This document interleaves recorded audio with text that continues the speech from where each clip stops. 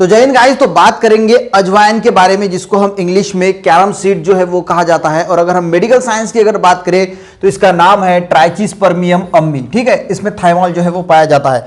अब गाइस मैं आपको मेन जो यूज है अजवाइन का, यानी हम जिसको ओवा भी बोलते हैं, उसके बारे में बात करेंगे।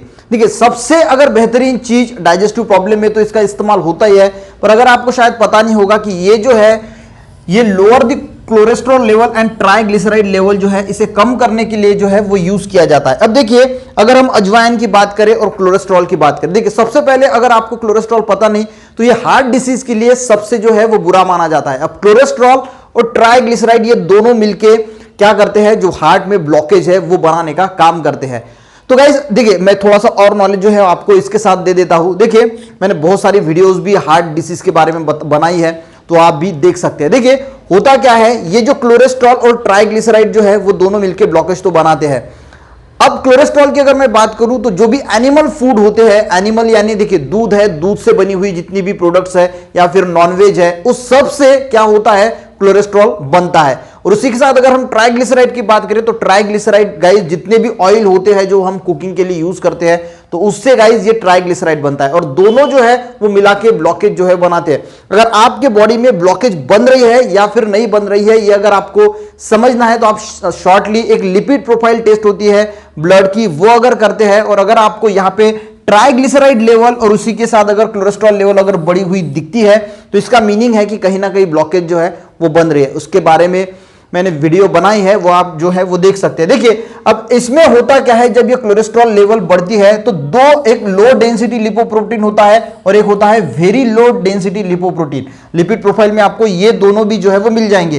तो ये भी गाइस एक्चुअली कैलकुलेट होते हैं, तो इनकी भी मात्रा जो है वो बढ़ती है कोलेस्ट्रॉल लेवल जब बढ़ती है बॉडी में। अब ये जो है ये कैरम सीड यानी जो अजवाइन है, ये अगर आप खाएंगे तो इससे क्या होता है, एचडीएल की जो है वो मात्रा बढ़ती है।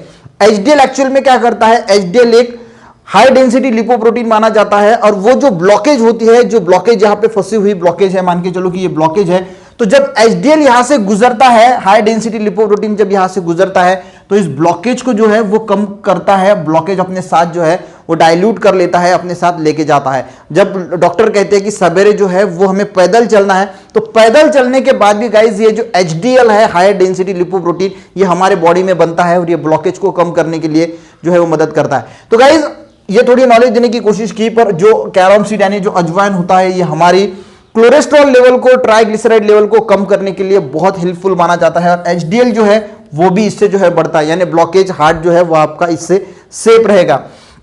दूसरी अगर हम यूज की अगर बात करें गाइस, तो आफ्टर प्रेगनेंसी जो यूटेरस होता है, गर्भाशय जो जिसको हम बोलते हैं, तो उसमें कुछ कभी कभी प्रॉब्लम जो है होती है, तो वो अगर क्लियर करना है, उसे शुद्ध करना है, प्योर करना है, तो जो है वो आप थोड़ा अजवाइन जो है आफ्टर प्रेगनेंसी जो है वो लेडी को देना चाहिए खाने के लिए।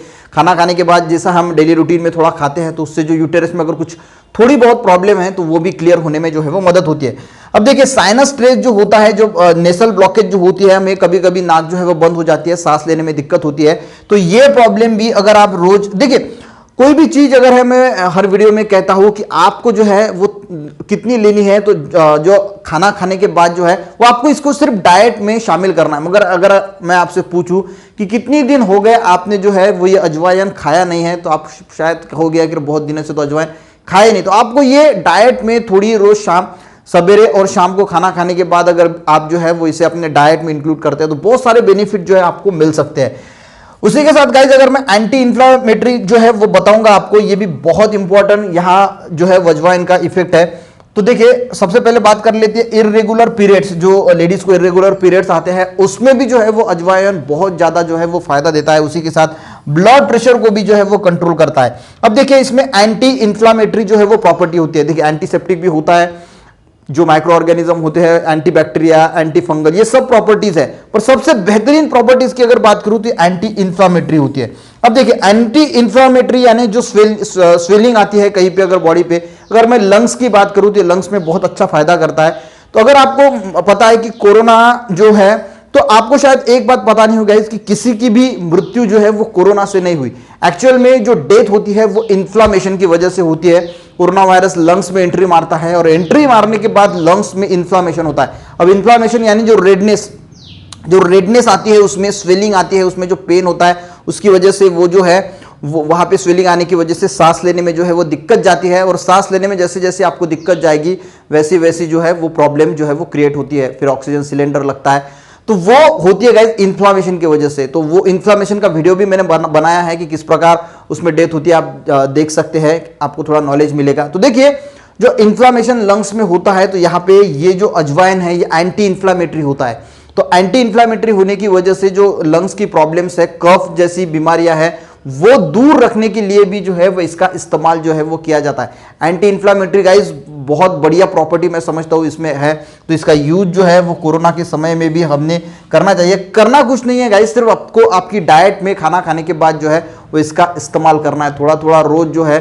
इसके डाइजेशन की प्रॉब्लम जो यहाँ पे लिखा है मैंने, डाइजेस्टिव प्रॉब्लम, तो जितनी भी डाइजेस्टिव प्रॉब्लम होती है ये पूरी जो है ये अजवाइन जो है कैरम सीड जो है वो सॉल्व कर लेता है। सिर्फ प्रिकॉशन आपको ये रखना है कि जो प्रेग्नेंट वुमन होती है, pregnant woman should not use, तो प्रेगनेंसी के दौरान प्रेग्नेंट वुमन ने जो है वो इसको यूज नहीं करना चाहिए। शायद आपको ये जानकारी गाइस अच्छी लगी होगी। मिलते हैं ऐसे किसी नेक्स्ट वीडियो में, तब तक के लिए गाइस जय हिंद।